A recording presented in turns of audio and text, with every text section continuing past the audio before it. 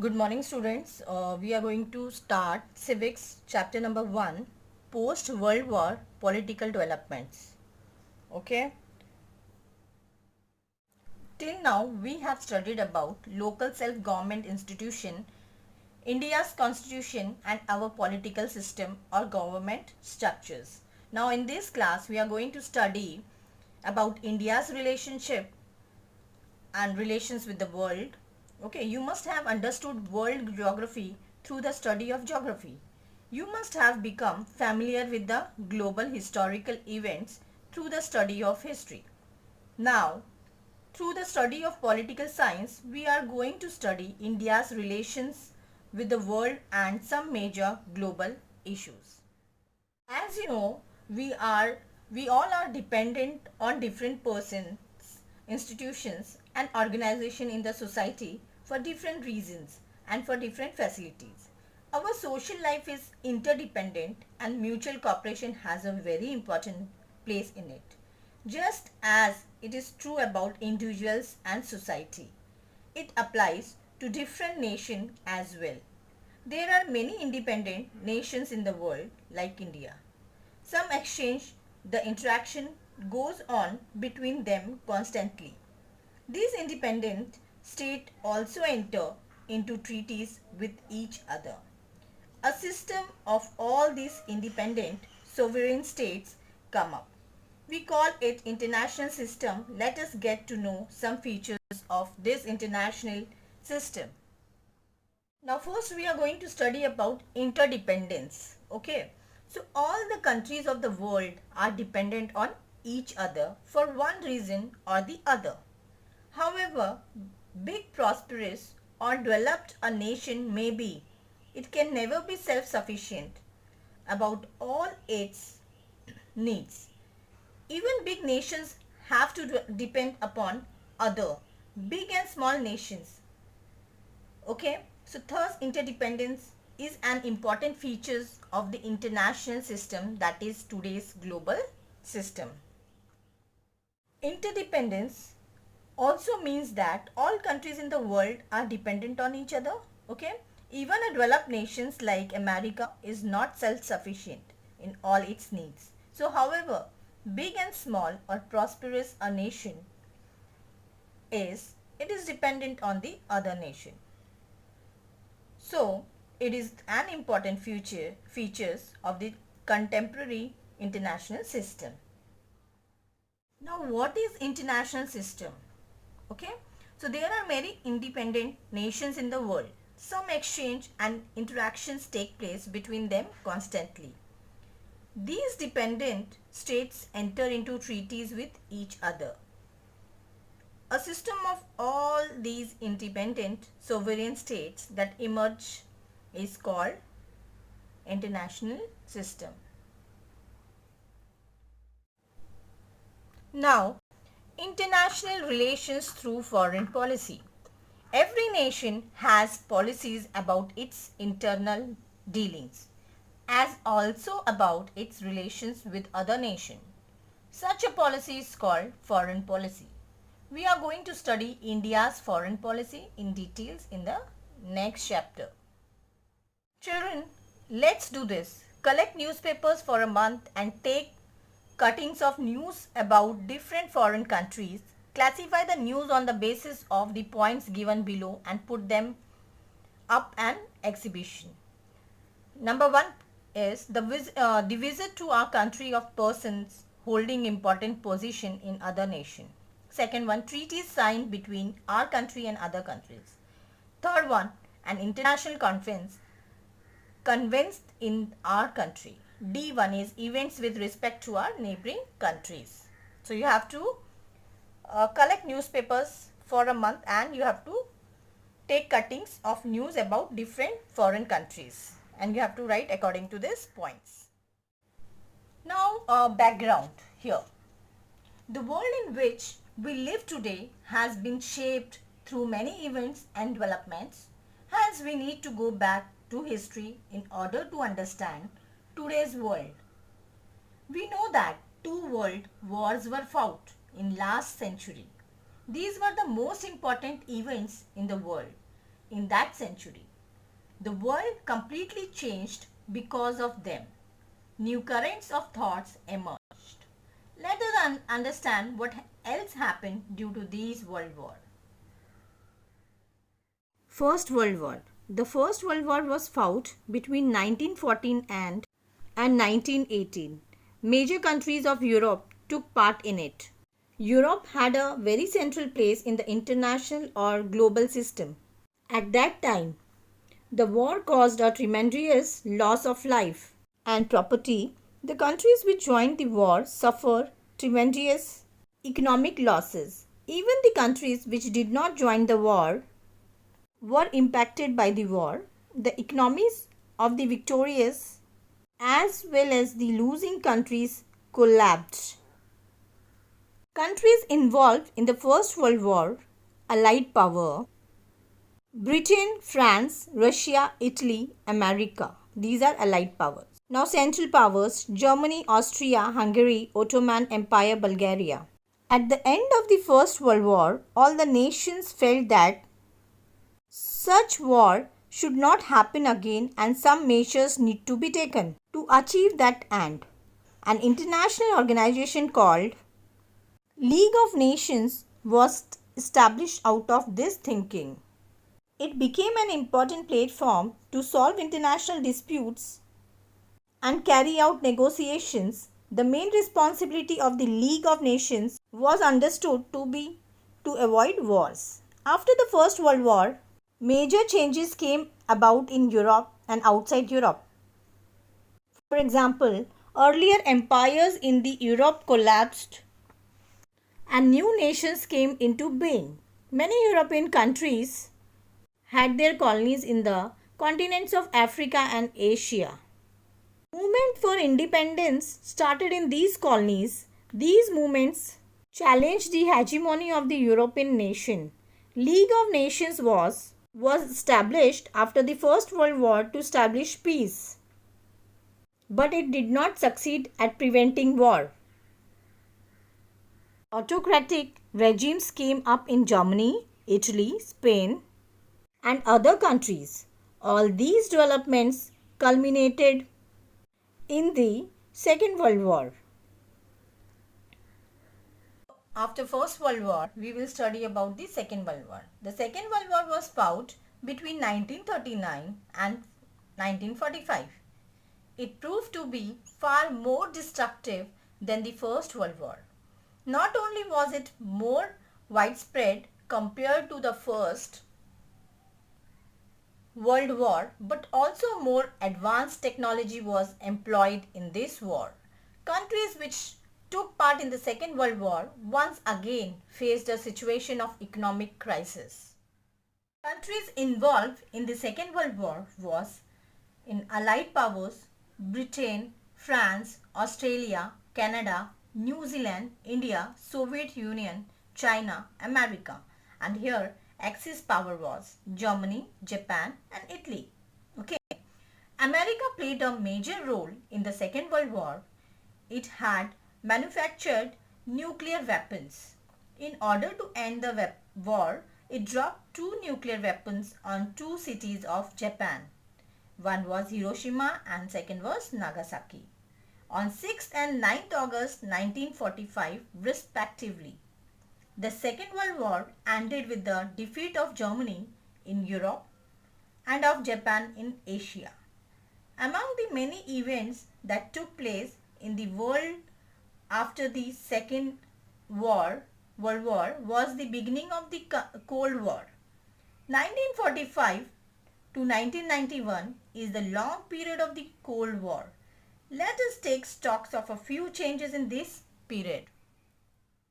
Cold War. America and Soviet Union, who were allies in the Second World War, became competitors as soon as the war got over. The cooperations between them gave way to rivalries. This rivalry occupied a period of 40 to 45 years of international politics. There was no open war between these two countries, but there was such tensions in their relation that it seemed that a war would erupt any time. The concept of Cold War is used to describe the condition where there is no actual war, but there are such tensions in the circumstances that they may be responsible to cause war.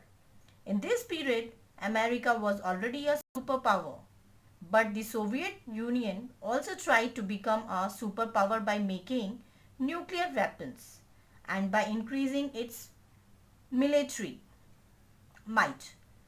The struggle for power, arms, race, differences in ideologies, attitude of check-making, meeting each other by strategies and counter-strategies gave rise to Cold War.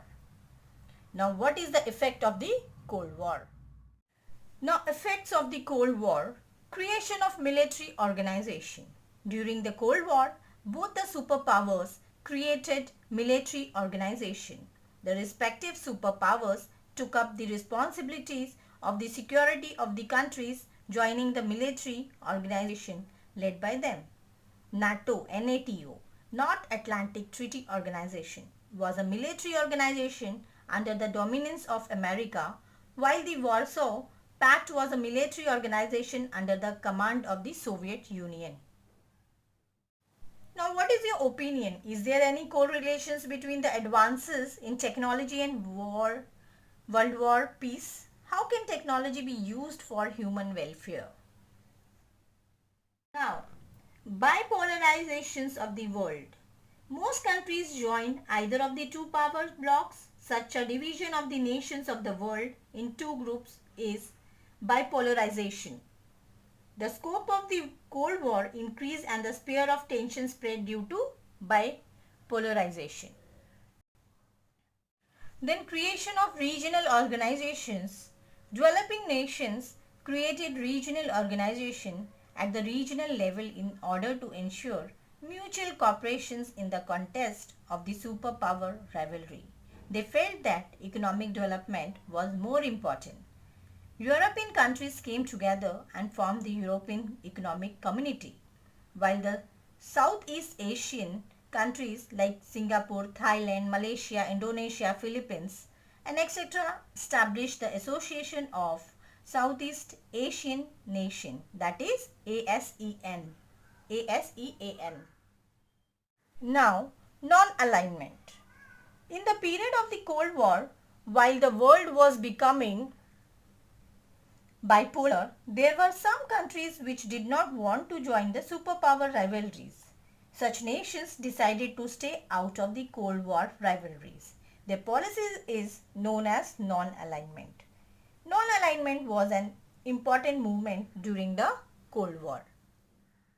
Now, non-alignment movement. The Asian and African countries which became independent after Second World War supported the idea of non-alignment. This movement started from 1961 under the leadership of India's Prime Minister Pandit Jawaharlal Nehru, President of Yugoslavia Marshal Tito, President of Egypt Jamal Abdel Nasser, President of Indonesia Dr. Sukarno, and Prime Minister of Ghana Dr. Kwame Nkrumah. Now children, we will study about the evaluation of the non-alignment movement. The non-alignment movement has opposed colonialism, imperialism and racism. It has encouraged the supported peaceful resolution of international disputes. The non-aligned movement is based on eternal principles of humanism, global peace and equality. It has inspired the less developed countries to come together and put forth the problems of poor, undeveloped countries firmly. It had made a demand of a new international economic order, that is NIEO. It has taken a firm stand on disarmament and fostering human rights. It has brought several new streams of economic and social changes into international politics. It gave confidence to developing countries to assert themselves with self-respect in international politics. Now children, we will study about the evaluation of the non-alignment movement. The non-alignment movement has opposed colonialism, imperialism and racism. It has encouraged the supported peaceful resolution of international disputes. The non-aligned movement is based on eternal principles of humanism, global peace and equality. It has inspired the less developed countries to come together and put forth the problems of poor, undeveloped countries firmly. It had made a demand of a new international economic order, that is NIEO. It has taken a firm stand on disarmament and fostering human rights. It has brought several new streams of economic and social changes into international politics. It gave confidence to developing countries to assert themselves with self-respect in international politics. Now, end of the Cold War. The Cold War that had dominated international politics since 1945 came to an end. It was an important event that happened. Towards the end of the last century, there were many reasons for the end of the Cold War as given below. The Soviet Union adopted the policy of opening up the economy. The state loosened up its control of the economy. The then President of the Soviet Union, Mikhail Gorbachev, implemented the policies of perestroika, restructuring, and glasnost, that means openness. Due to these policies, the control over the media reduced. Important changes took place in political and economic spheres. That is, these spheres were reconstructed. This gave impetus to democracy. As the East European countries under the influence of the Soviet Union adopted the capitalist and democratic paths, the regimes there changed. The Soviet Union disintegrated and several new nations were created of it. Russia was the biggest country in the Soviet Union. Do you know the Communist Revolution took place in 1917 in Russia and the Soviet Union came into being. In a short while, the Soviet Union came up as a superpower in international politics. But there were extreme differences between America and the Soviet Union. For example, the USA was a democratic state advocating capitalism, while the Soviet Union advocated socialism and a one-party authoritarian system. But the superpowers wanted to expand their own dominance in the world. America wanted to spread capitalism while the Soviet Union wanted to spread socialism. Both the countries started making efforts to pull smaller countries into their respective blocs in order to increase their hegemony. As a result, Europe was ideologically divided.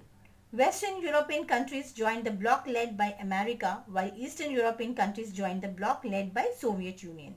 These superpowers paused the policy of extending military and economic help to the countries in their respective blocs. Now, we will study about post-Cold War world. The Cold War came to an end with the disintegrations of the Soviet Union, which till then had been a superpower.